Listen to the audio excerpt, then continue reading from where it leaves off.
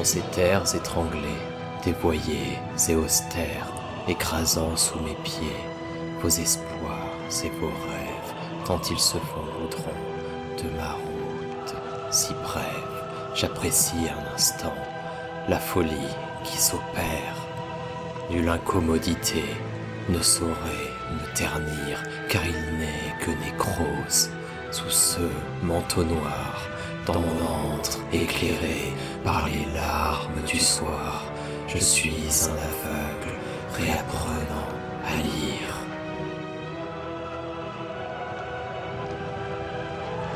Ce soir je m'embrase en partant des paupières, car mes larmes acides étincellent mes joues, celles-là qu'on pinçait pas plus tard qu'avant-hier, fondent ainsi que mon cœur face à tant de dégoût. Je me prends par la main, me secoue, détruit de ce nid sans parents. Je fais des sauts de l'ange, mes réflexes brutaux dépérissent tels des fruits tant de mains sans tomber, seul le vent me dérange. Ma vie a-t-elle un sens? Pourquoi fait-il si froid? Mes bras là s'engourdissent et deviennent métal, non celui d'un cyborg. L'automate fait loi, mon feu sacré est de plus en plus inégal. Sans personne à contrer, sans honneur à défendre, je vois tant un kraken au travers de mes flammes, aux 300 tentacules essayant de s'étendre. Que l'instable incendie d'un détraqué sans âme, que l'instable incendie d'un détraqué sans âme, que l'instable incendie d'un détraqué sans âme, que l'instable incendie d'un détraqué sans âme, que l'instable détraqué sans âme, que l'instable incendie d'un détraqué sans âme.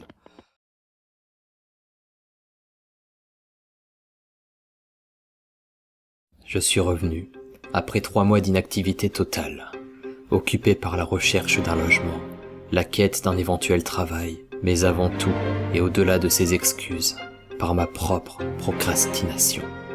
À force de me réveiller chaque matin dans un univers plus anxiogène que la veille, à force de rejeter tout ce qui m'entourait dans un périmètre de 40 075 km, à force d'entretenir ma propre apathie, de prendre de la hauteur sur chaque événement passant sous mon radar et de me complaire dans mon petit nightclub intellectuel privé, de ne rencontrer personne, de ne rien vivre d'important, de ne rien craindre, ma vie, terriblement fade et dénuée d'enjeux, s'est mise à dégouliner sur mes écrits.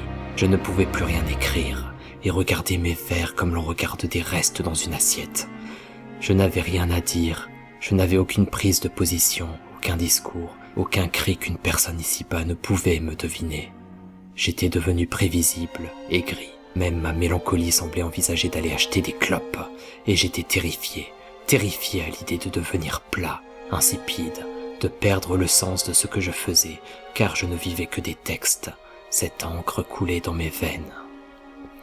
Aujourd'hui, après avoir enchaîné les décisions radicales, après avoir totalement changé de vie, j'essaye progressivement de revenir aux racines de mon œuvre, afin que l'instable incendie du détraqué sans âme que je suis devenu nous offre ce que je n'ai jamais osé ne serait-ce que rêver. Un hiver estival, le plaisir de marcher dès 17 heures sous le grand tableau noir barbouillé de quelques poussières de craie grise foncée, sans que le froid ne nous intime de repartir. Prenez soin de vous.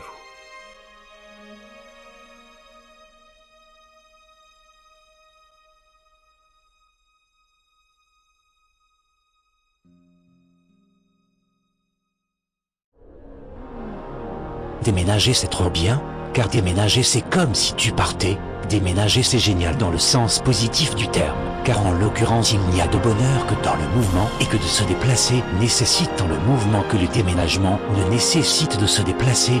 Parfois on me demande ce que ça fait d'avoir déménagé, à cela je réponds c'est comme si j'étais ailleurs.